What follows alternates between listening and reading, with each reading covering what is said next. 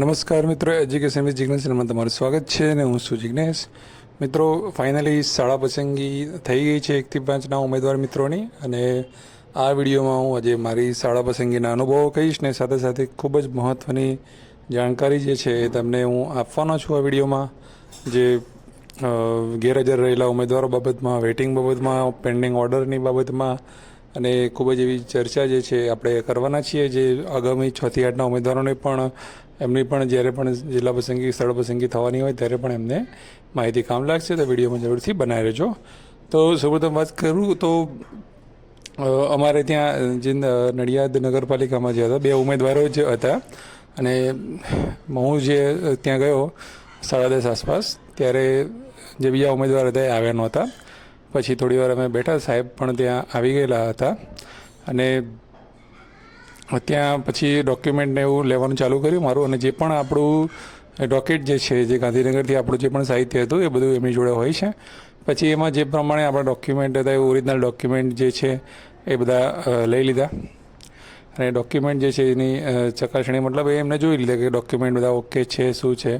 હવે આ ડોક્યુમેન્ટ જે છે આપણને, આપણા જે ડોક્યુમેન્ટ છે ત્યાં જમા રાખવાના હોય છે, એની ફાઇલ બનાવીને. હવે ફાઇલ પણ એ લોકોએ જે મારી જે ફાઇલ જે છે જાતે જ બનાવી દીધી હતી, એટલું સારું હતું. અને સાહેબ અને જે સ્ટાફ હતો ખૂબ જ એકદમ સપોર્ટિવ, અમે ખૂબ જ ફ્રેન્ડલી હતા જે વાત કરતા આપણી જોડે. હવે એટલામાં જે ડોક્યુમેન્ટ વેરિફિકેશન એ લોકો ચેક કરતા હતા એ બધું પૂરું કર્યું, અને હાજરી પત્રકમાં સહી કરાવી વગેરે કામ કર્યું.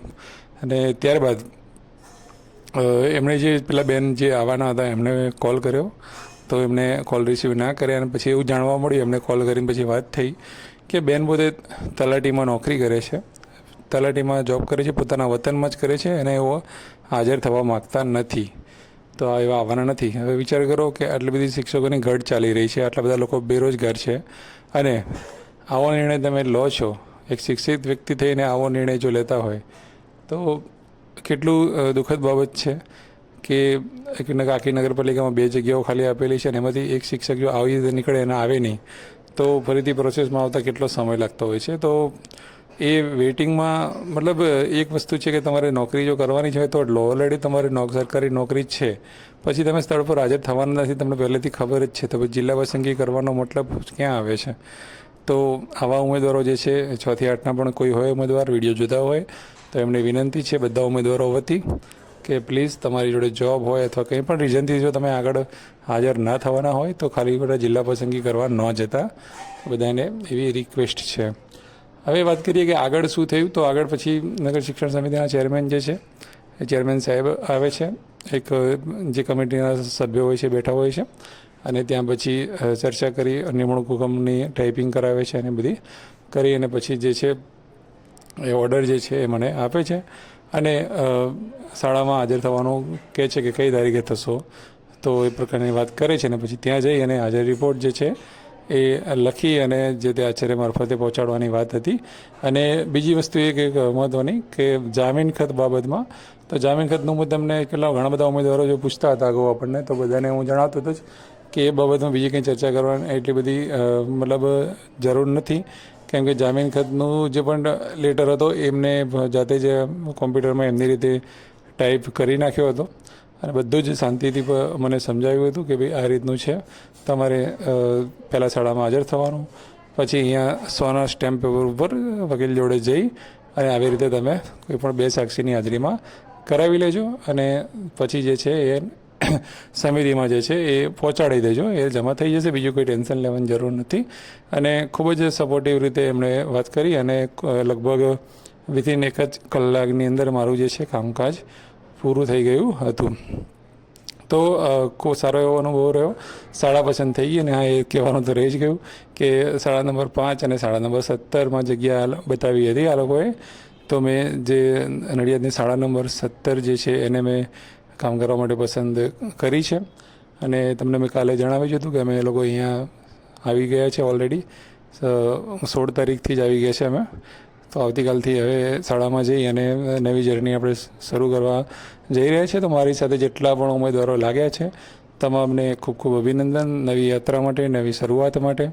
જે પણ મિત્રો નથી લાગ્યા, બાકી રહી ગયા છે, એ પણ હવે પછી જો વેઇટિંગમાં કે કચ્છ ભરતીમાં કે ગમે ત્યાં લાગી જાય એવી તમામને શુભકામનાઓ છે. 6 થી 8ના તમામ મિત્રો જે રહ્યા બધાને એજ્યુકેશન વિથ જિગ્નેશ ચેનલ શુભકામનાઓ પાઠવે છે કે તમારી પણ નોકરી જે છે, સપનું જે છે જલ્દીથી પૂરું થઈ જાય. હવે એક વાત કે ઘણું બધું જાણવા એવું મળ્યું છે કે ભાઈ વેઇટિંગમાં જે છે ઉમેદવારો એના માટે વેઇટિંગ રાઉન્ડ આવશે તો ખરો જ.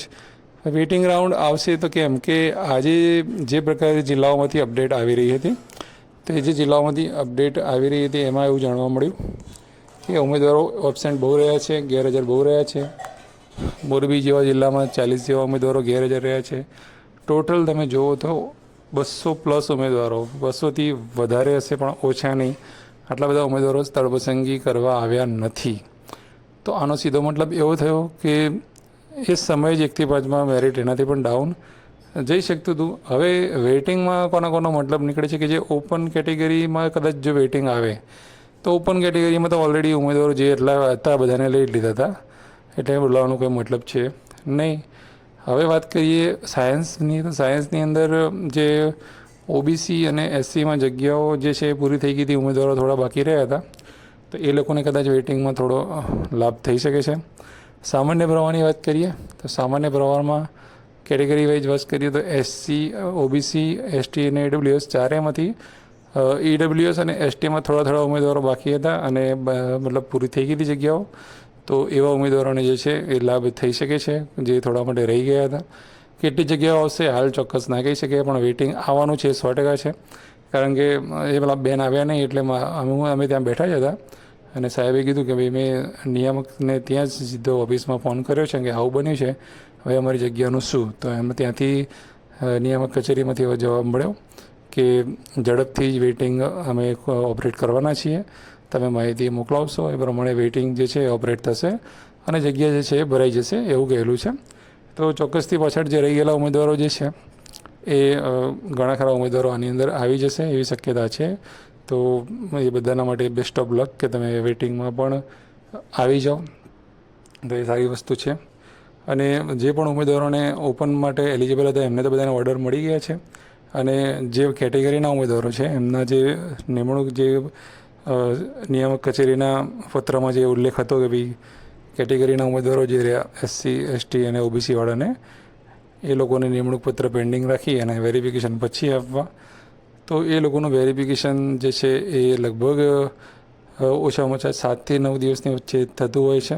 જેવી રીતે અન્ય માધ્યમવાળાને 5-6 દિવસ પછી જે છે એ વેરિફિકેશનની પ્રક્રિયા થઈ, તો ત્યાં સુધી તમે શાળામાં હાજર નથી થઈ શકતા એવો નિયમ લાવે છે આ લોકો.